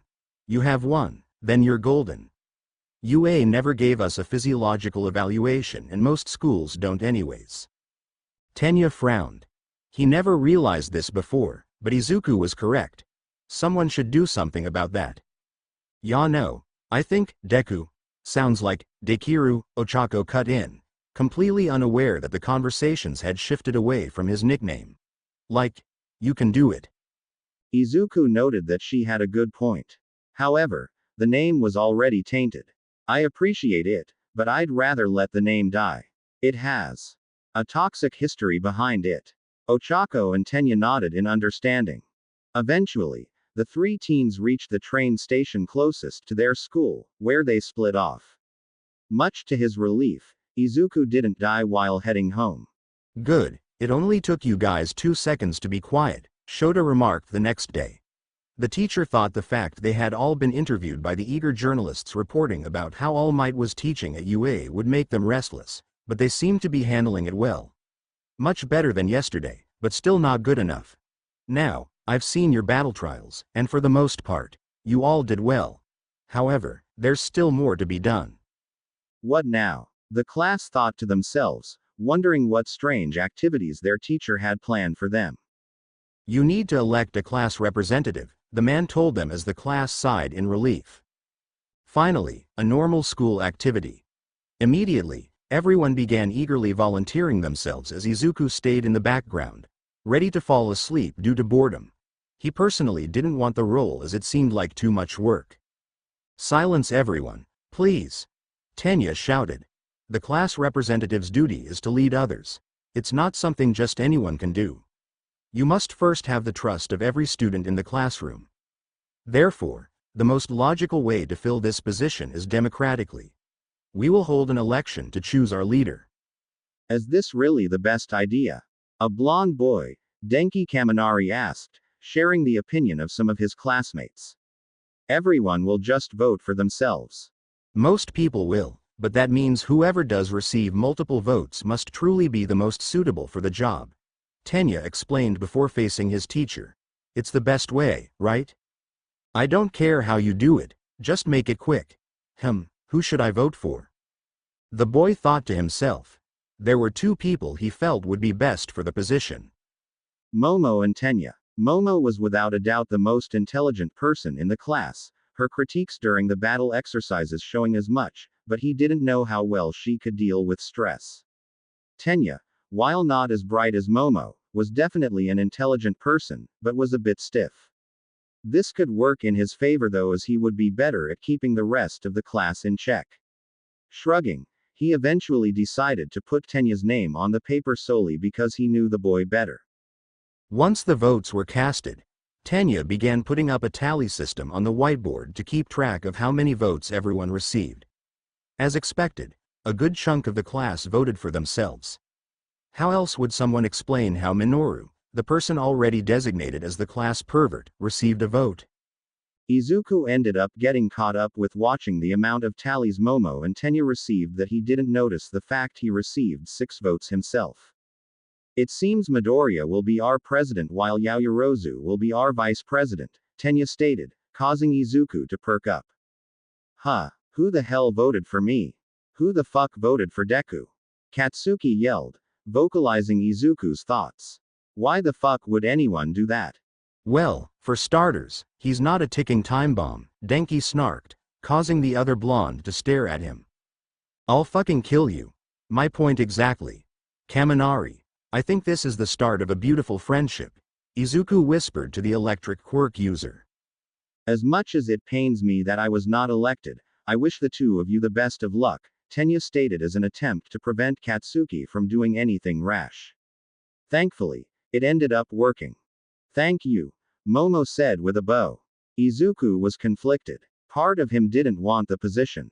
However, another part of him did. Not only will it help teach him how to be a leader, but it was something he could use to flex on Katsuki. In the end, he decided he was going to keep the position.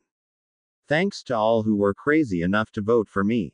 You know, I'm surprised you didn't vote for yourself, Iida, Ochako said to Tenya during lunchtime.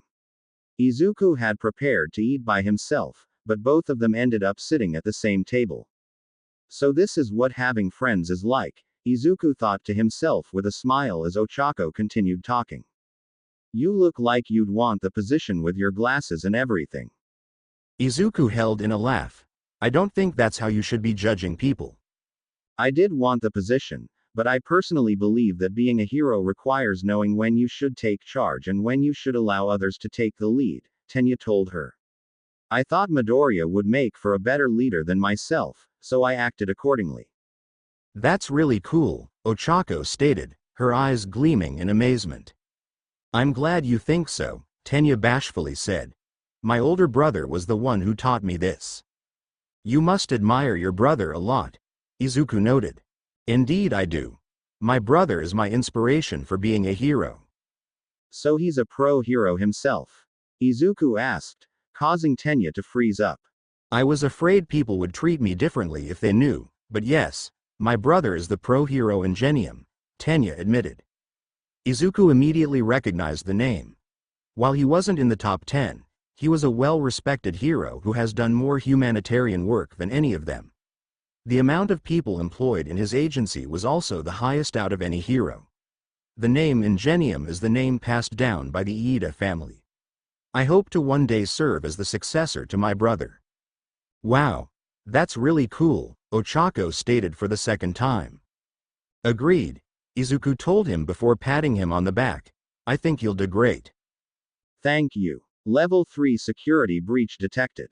All students are to evacuate outside in a swift and orderly manner. Wasting no time, everyone in the cafeteria began fleeing the facility. Unfortunately, with how unorganized everyone was, it was nearly impossible to squeeze out. What's a level 3 security breach? Tenya promptly asked an upperclassman that passed by him. It means someone infiltrated school grounds, yelled the upperclassman. In my 3 years here, this has never happened before. We have to get out of here. Tenya and Ochako were about to leave, but were stopped by Izuku. There's nothing to worry about. If there was, a teacher would be making this announcement instead of a pre-recorded message. That and he didn't want to get trampled to death. So, what should we do? Ochako asked him. Glancing around, Izuku came up with a plan. Uraraka, make Iida float with your quirk. Iida, use yours to propel yourself towards the cafeteria's entrance and tell everyone to calm down. While you're at it, check out the window and see if you find anything. Understood, Tenya said with a salute. Soon after, Ochako made him float. Launching himself forwards, Tenya noticed that all the journalists from this morning had managed to get onto UA grounds. It's all right everyone, it's just the press. The boy shouted upon landing on the frame of the door. Please go back to whatever it was you were doing. With the boy's naturally loud and authoritative voice, everyone was able to hear him and ceased their panicking. Thankfully, the rest of their lunch period was spent peacefully. Unknown to Izuku, this was the eye before the storm. Midoriya, I'm the type of person who says what's on their mind, his classmate Tsuyu Asui said to him. Currently, the class was on a bus that was taking them to UA's Unforeseen Joint Simulation Facility, USJ for short, so they could do some rescue training today. So I have to ask, what is your quirk? Yeah, what is your quirk? Honta Siro, a boy who had the ability to shoot a tape-like substance from his elbow, stated. I don't think I've ever seen you use it before. This got everyone else thinking. Honta was right, Izuku never used his quirk. Why's that?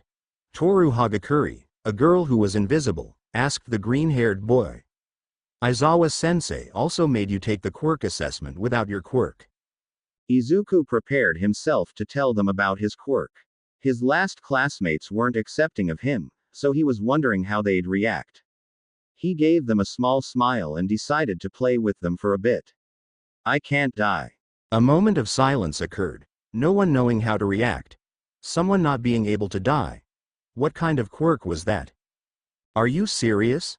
Mashirao Ojiro, a boy with a muscular tail, eventually asked him. Yep, Izuku replied, keeping his small smile.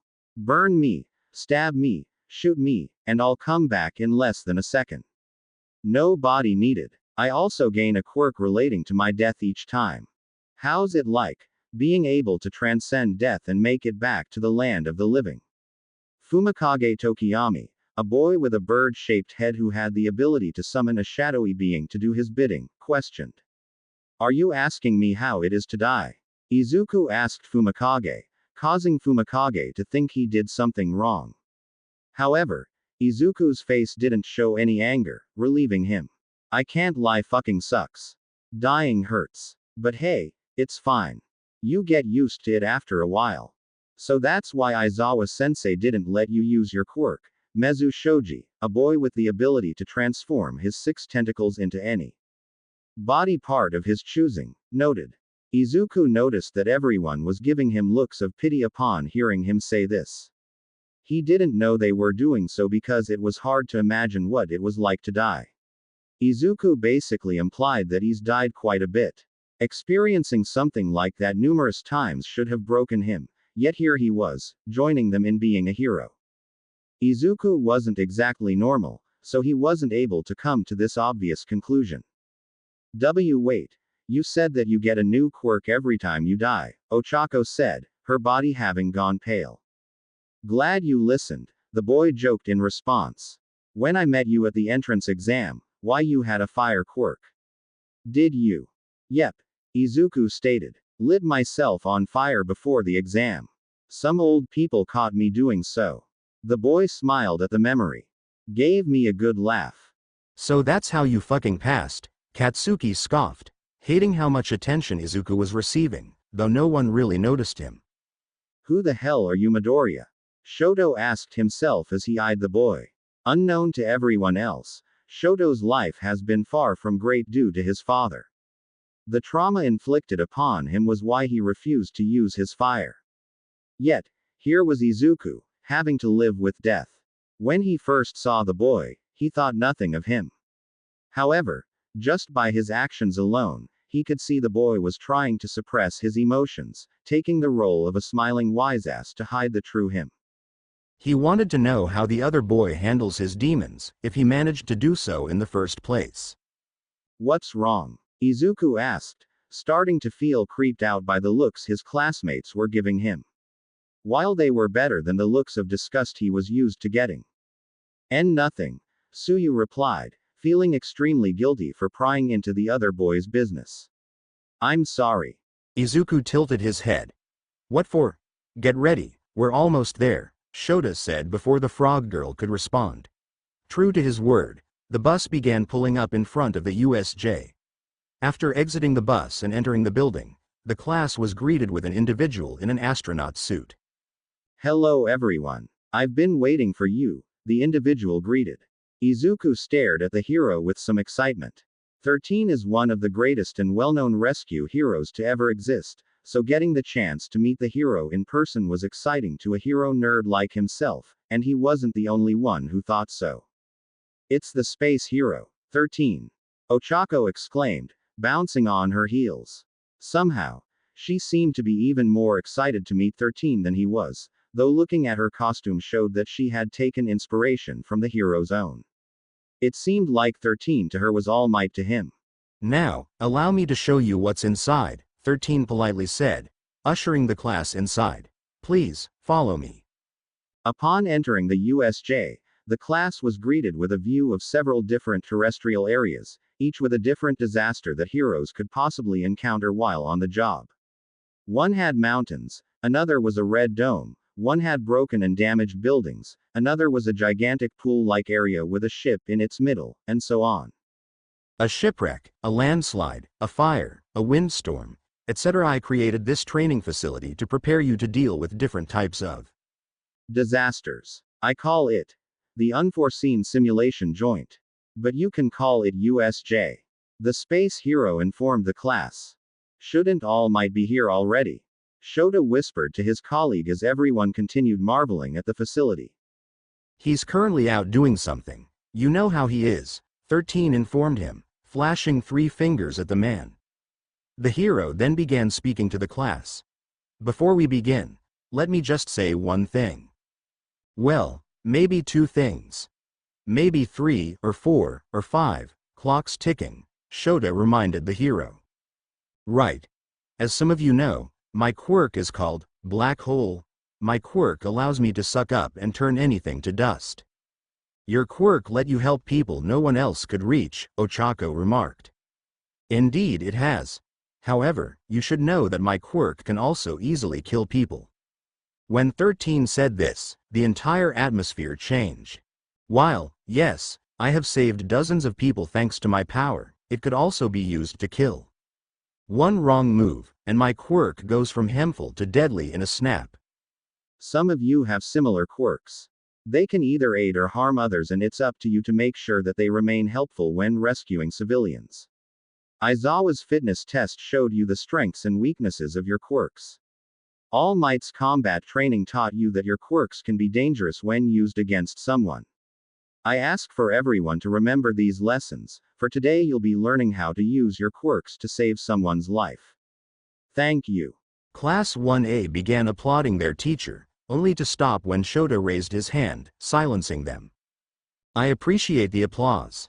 Now, let us begin, 13 said, only for the lights inside the USJ to begin rapidly flickering as the sound of a door locking behind itself made itself known. Unknown to everyone, today's lesson was about to be postponed. What is that? Following the direction that 13 was pointing to, Shota and his class saw several misty portals appear, dozens upon dozens of people exiting. Each looked different, but one thing was common amongst them: they all had bloodthirsty looks to them. The last to leave the portals were a man with several decaying hands attached to him and a black creature bigger than All Might and an exposed brain. The portals then disappeared, leaving behind a single humanoid with mist surrounding their head and limbs. The only real heroes I see are 13 and Eraserhead. The purple mist spoke. The man with the hands attached to him frowned. Where the hell's All Might? The man asked, venom laced in his voice. The schedule said he was supposed to be here today. I thought that we were doing rescue work today. Ajiro questioned his teachers, only to realize that all their attention was on the newcomers. Shota, having realized what was going on, braced himself for combat. 13, protect the students, these are real villains. Everyone in Class 1A felt their blood freeze. What were real villains doing here? Where is he? The man growled at the two heroes, loud enough for them to hear him. I went through all the trouble of bringing so many friends who were eager to meet him. They want All Might, the great symbol of peace. I can't believe he's not here. Maybe the sight of a few dead kids will get him to come. I'll hold them off. 13, get the students out of here. Sensei, let me join you, Izuku said before the teacher could leap into battle.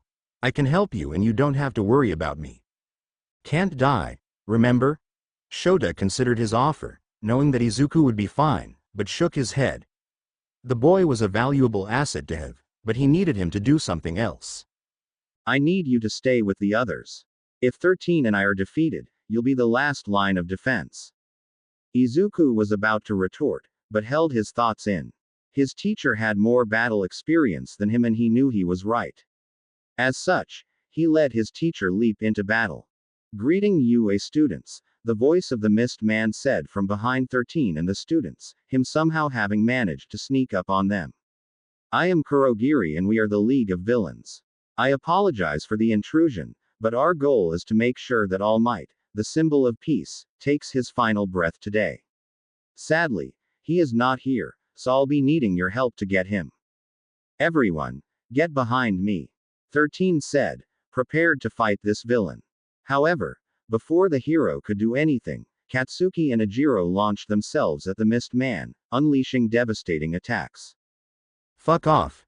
You think we'd let you have your way with us? It seems that you truly are the golden apples of your generation. Kurogiri said, much to the surprise of everyone. Somehow he managed to avoid getting hit by two of the strongest members of the class. Unfortunately, I do not have time to deal with you, so I must bid you adieu. The man then surrounded everyone in mist. Thankfully, 13 was able to activate Black Hole and suck up some of the mist, saving some people from being warped away. Sadly, not everyone was saved, Izuku being one of them. When the mist began surrounding the boy, Izuku closed his eyes, not wanting any of it to get into his eyes in case the mist was acidic. Opening his eyes, Izuku found himself underwater. Sadly, he wasn't alone as a shark-like man began approaching him. Nothing personal, kid, but your chum, the villain said, opening his mouth to bite the young boy. Izuku frowned as he whipped out a katana. Like most people who lacked a water-based quirk, the boy was ill-suited to fight underwater. Thankfully, before the man could bite him, a green blur rammed into the villain, knocking him back. Glancing at his savior, He noticed that it was his classmate Suyu. Did she forget that I can't die? Izuku asked himself, wondering why the girl bothered putting herself in danger to aid him. Wrapping her tongue around him, she brought him to the surface and threw him onto a boat. It didn't take the boy long to realize that he was in the water zone. Sadly, the boat was surrounded by villains, each appearing to have an aquatic-based quirk. Thanks. Suyu gave him a small nod before observing her surroundings. There's a lot of them. My quirk may help me underwater, but I don't think I can take them all on. Oh God, we're going to die. Minoru hysterically declared, making Izuku realize that his shorter classmate was also on the boat. We're going to die. Izuku noticed how both his classmates appeared to be nervous, with Suyu shaking slightly and Minoru being in hysterics.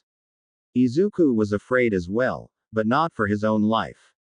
Like the girl said, there were a lot of villains. One small mistake could be the end of them, and Izuku wouldn't forgive himself if either of his two classmates died on his watch. Continuing to survey the area, Izuku couldn't help but curse. They were at a serious disadvantage. Neither Izuku or Minoru could fight well underwater, and despite her advantage in the water, there were too many villains for Suyu to safely take out. Now, Izuku did have his guns since his class was allowed to take their hero gear with them, but like Suyu, he couldn't take them all out at once before they could attack. It also didn't help that he didn't want to kill, which would be the best way to stop them, but it was their lives versus the lives of his classmates, so if he had to, he would kill them. However, there was one thing he could try. He could throw himself into the pile of villains and hope for a better quirk. At this moment, it was their best option. Now, they needed a little luck, but that was the case with many things in life. They don't know our quirks, Izuku whispered to Suyu and Minoru. Otherwise they'd throw Asui. Call me Suyu. In one of the other zones. Here's the plan. I die a bunch, and when the time's right, Suyu will launch us out of here. Both teens recoiled, Minoru saying something. We can't do that, you'll die. So? Izuku asked with a shrug. I'm immortal, remember? That's not the point, Suyu told him. You said you still feel pain. We don't want you hurting yourself too badly. Izuku looked at them as if they had two heads each. Why did they care if he got hurt? It doesn't last long. Your deaths will last forever. Not even waiting for a response, Izuku lunged forwards and yelled at the villains. Hey morons, come and get me. He then leapt off the boat, using his guns to shoot some of them in order to draw all their attention towards him. What the? One of them shouted as Izuku landed in the water. Resurfacing, the boy continued firing his guns, only stopping when the shark man from earlier dragged Izuku underwater. You really thought that would work? The man asked him. You got some balls, but now you're really chum. The villain took a bite out of Izuku's neck and released the boy, causing his body to float upwards. With his neck ripped out, it didn't take him long to die. Oh God! Minoru yelled before throwing up. Suyu simply stared at the corpse in horror, unable to believe what she was seeing. Sure, Izuku was immortal, but still, seeing a mutilated body was a horrifying experience, especially when it was her first time seeing one. One down, two to go, one of the villains said, staring at the two high school kids with hungry eyes. Doing so caused them to ignore Izuku's body. Had they been looking at it, they would have noticed that his body was rapidly healing, scales taking the place of his skin. Diving underwater, he dragged a random villain with him before proceeding to deliver a devastating headbutt, knocking them out. Normally, one would experience a form of recoil upon doing so, but Izuku's new quirk gave him enhanced strength. A quirk Izuku called aquatic adaptation. It allowed him to survive deep underwater, granting him water breathing, super strength and endurance, enhanced durability, the ability to swim fast, and cold resistance. This was a quirk he would often get when dying due to drowning, the level of its power being randomly determined each time. This time, it was at a low level, but still, it was an extremely useful quirk. Torpedoing through the water, Izuku threw a punch, knocking out another villain. It took Izuku claiming a third victim for the villains too. realized they were being attacked. Get him. A punch later and another villain was down. Despite some of the villains having similar quirks to his, they were going down fast, something Izuku noted in his head. These villains were weak, relying on being in a group to overwhelm opponents. Izuku decided to taunt them, wanting to keep their attention. What kind of cannon fodder are you guys? A middle schooler could kick your asses? His taunt seemed to work as now every villain in the water zone was trying to kill him. Izuku relied on hit-and-run strategies to deal with the large crowd. Using his heightened swimming speed, he'd rush a bad guy before moving back, repeating this process. He was able to take out 10 of them before someone with a water manipulation quirk caught him in a powerful whirlpool. Die. Water began flooding into Izuku, causing his stomach to blow up. Minoru threw up upon seeing the insides of Izuku's body, Tsuyu nearly joining him. Is he dead this time? One of the villains asked. Yeah, another replied. Nope, Izuku said, his scales now gone and his stomach healed. Should have given me a double tap. All the remaining villains looked at Izuku in shock, wondering what was going on. They mortally wounded him twice and saw him die. Yet, he was somehow still alive. How? You should be dead. Death's got no power over me, Izuku said with a shrug. Suddenly, the water around them began flowing, dragging all the villains into a sphere of water. Unknown to the villains, Izuku resurrected with a powerful water manipulation quirk. Eventually, all the water was removed, leaving behind the boat and Izuku. Tsuyu, now. Pushing what she saw to the back of her mind, the girl grabbed Mineta and wrapped her tongue around Izuku. She then leapt out of the area to the edge of the water zone. Once they were out, Izuku released the bubble, knocking out all the villains as they fell sandwiched between the water. Phew, that should take care of them for a while, Izuku said with a small laugh. He then looked at his two classmates. Let's get out of here. Stay behind me just in case. Reaching the end of the water zone, the three teens continued lurking in the water. Unfortunately, the hand man and the large creature weren't very far from them, so popping out wasn't a good idea, especially since it seems like the hand man was in charge, making him potentially the most dangerous of the bunch. While Izuku didn't have to worry about dying, the villain could kill one of his classmates instead, making it stupid to rush in. In the background, Eraserhead was fighting the crowd of villains and was actually winning despite their large numbers. Unfortunately, he was slowing down, fatigue catching up to him. He's doing well against all this cannon fodder, the man said to himself as the creature continued standing idly. Why it was doing so, Izuku couldn't tell. It looked pretty strong, so sicking it on his teacher seemed like it would be a good decision. Typical mid-boss. Having knocked out another thug, Shota noticed that there was now a free passage to the man who seemed to be the mastermind behind the operation. Not wasting any chances, Shota began rushing towards the villain. Seeing this, the hand villain launched himself forwards and attempted to strike the pro hero with a palm strike. Shota attempted to counter with a blow from his elbow, but the man managed to catch the blow. When he did so, the cloth and skin around Shota's elbow began to disintegrate. The remaining thugs began to gang up on the hero as their boss backed away, satisfied with his work. Shigaraki, the voice of Kurogiri, echoed behind the man, a ball of mist forming and revealing the mist man a second later.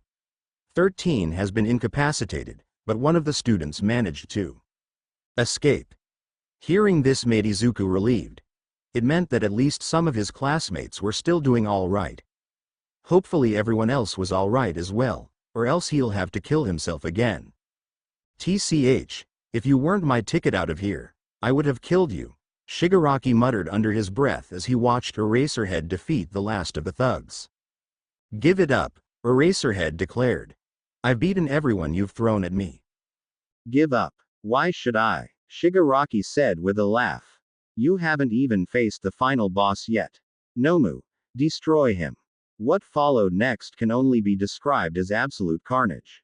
Managing to move faster than Tenya, the creature began fighting Eraserhead, crushing the pro hero with little effort. The Nomu was not only faster than Eraserhead, but it was stronger, far stronger. Nothing Shota did even phased it as it managed to break his arm and hold him down. Shigaraki laughed as the fight continued. Meet Nomu, the anti-symbol of peace. The thing destined to take down All Might. Izuku, Tsuyu, and Minoru could only watch as their teacher was beaten, knowing that if they tried to interfere now, it could result in their teacher being killed. If that thing was as strong as Shigaraki said it was, their interference won't do much. Izuku was preparing to off himself to save his teacher, but thankfully, the villains only seemed satisfied with beating him down, perhaps as a message to All Might when he eventually arrives. There was no way he wasn't coming after receiving word of what was happening to his students. Unfortunately, the three needed to act soon and the time to act was coming up fast. TCH, All Might's taking too long, Shigaraki grumbled to himself, scratching his neck in irritation. He should be punished for this. A sinister smile formed on the villain's face. I wonder how All Might will react to some dead bodies. Time suddenly slowed down for Izuku as Shigaraki rushed towards them without warning. Arms stretched, he was prepared to use his quirk on the boy's face. Izuku prepared to take the full blunt force of the villain's quirk, staring the man down despite his incoming death. However, despite the fact Shigaraki was touching his face, his death never came. Looking back at Eraserhead, both Izuku and Shigaraki noticed that the man was staring at the villain despite being utterly destroyed. Shigaraki gave the man an evil grin. Even when down, you still fight. You're so cool, Eraserhead. What the hell is he doing? Izuku asked himself as he saw his teacher fighting to make sure he was safe. Again, Shota knows his quirk, so why was he wasting unnecessary energy? The Nomu smashed the hero's head in response, knocking him unconscious. Moving itself next to its master, it allowed for the other thugs to start surrounding the fallen hero. Now, where was I? Splash! A wave of water suddenly hit the villain, throwing him back. Using this time to their advantage, the three students got out of the water, where Izuku immediately took charge. Tsuyu and Minoru, get Aizawa-sensei out of here and meet up with everyone else.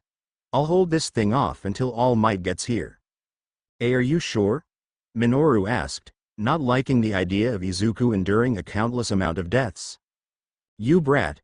Shigaraki snarled at the boy, only for his twisted smile to return when he saw Izuku brace himself for combat. His curiosity was piqued, especially when he noticed the boy wasn't even remotely afraid. Oh, what's this? Shigaraki asked no one in particular. It seems that a new challenger has approached. Go! Izuku yelled at his classmates before summoning whips of water. You really think you can take on the anti-symbol of peace? Your funeral. Nomu, forget the teacher and kill the kid. Doing as it was told, the Nomu smashed Shota's head into the ground before rushing to Izuku. The boy couldn't even react due to the thing's massive speed. It had managed to make it to him in an instant. Izuku prepared to slam it with a water whip, but the Nomu was faster. Raising a fist, it smashed Izuku into the ground, splattering his body so it was only a pile of blood. That didn't last long. Shigaraki mumbled to himself, amused. I guess it's time to kill more kids. And leave a job half-assed? Didn't they teach you better in villain school? Turning around, Shigaraki was surprised to see Izuku was fine and healthy, even shooting him a confident smirk. To say the villain was surprised would be an understatement. What? How? Nomu killed you. I saw it with my 2 eyes. Yeah, he did, but I'm back, Izuku replied.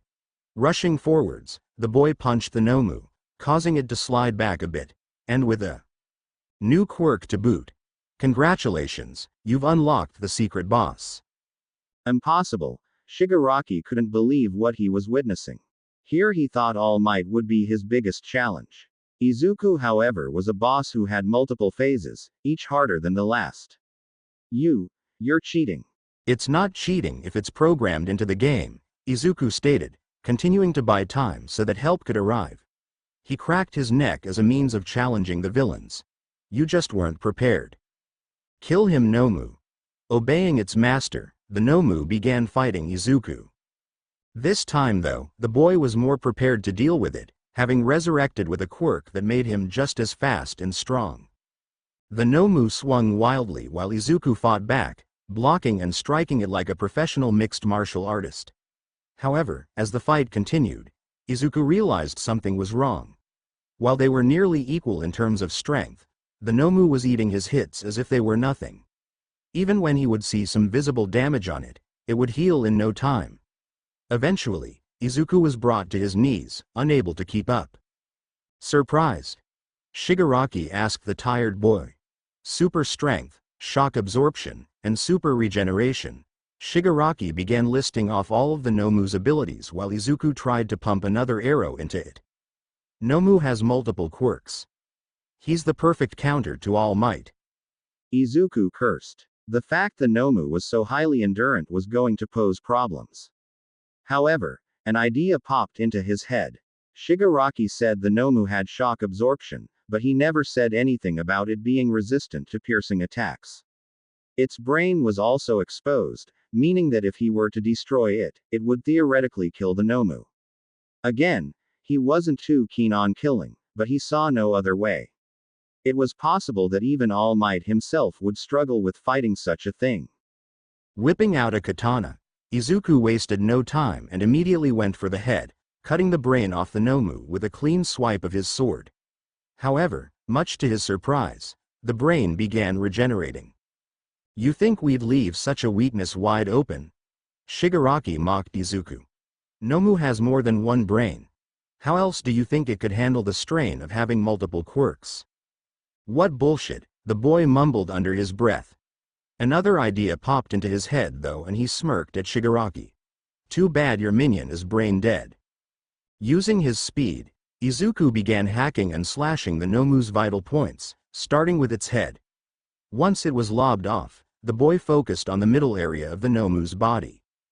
"If I'm able to damage the second brain while the first one's gone, then I should be able to kill it." It was a game of cat and mouse, with Izuku having to constantly dodge attacks and cut the Nomu's head off while he randomly stabbed at its body to find the hidden brain, but it was a game he won, for after stabbing where its liver was, the Nomu fell down, dead. "You ready to surrender yet?" Izuku asked as the villain began seething in rage. You killed Nomu. You'll pay for that, Kurogiri. Destroy him." "As you wish." Using his quirk, he created a portal right where Izuku's chest was. Being winded by fighting the Nomu, the boy wasn't able to react when Kurogiri closed it, cutting him in half. Not giving him any time to resurrect, Shigaraki touched both halves of Izuku, and with his own quirk, disintegrated them. "There, now that brat's really dead." "Wrong." Suddenly, Izuku popped out of nowhere. "I disintegrated your body." Izuku gave him a mocking smirk. "Who said I needed it to revive?" "I'll kill you." Reaching forwards, Shigaraki attempted to grab his face, only for the boy to vanish in a puff of smoke. Puff, pop. Izuku reappeared a considerable distance away and pointed a gun at the villain, his latest death having granted him a teleportation quirk. "You keep saying that, but you never do." From the corner of his eye, he saw Kurogiri trying to create another portal around him, causing him to teleport to another area nearby. He was about to pull the trigger when the doors flew off their hinges, revealing All Might in all his glory. "You villains made a mistake in attacking my students." "Why?" "Because I am here." "Shigaraki, we must leave," Kurogiri told him, noticing that for once, the pro-hero wasn't smiling. Without their Nomu, they were done for. Not waiting for a response, the villain created a portal round his boss and teleported them away. Izuku tried following them, but he was too slow. Shaking his head, he began walking toward everyone else. "Midoriya, are you okay?" Tsuyu ended up asking him once he arrived. Looking around, he was thankful that everyone was all right. "Yeah," Izuku told her, though his swords told a different story, them being drenched in the Nomu's blood. "A bit tired though. Kicking that thing's ass and dying a lot knocked the wind out of me." The boy gave off a tired laugh, unaware of the worried glances he was receiving. Thanks for watching. If you enjoyed this video, spam red hearts in comment box.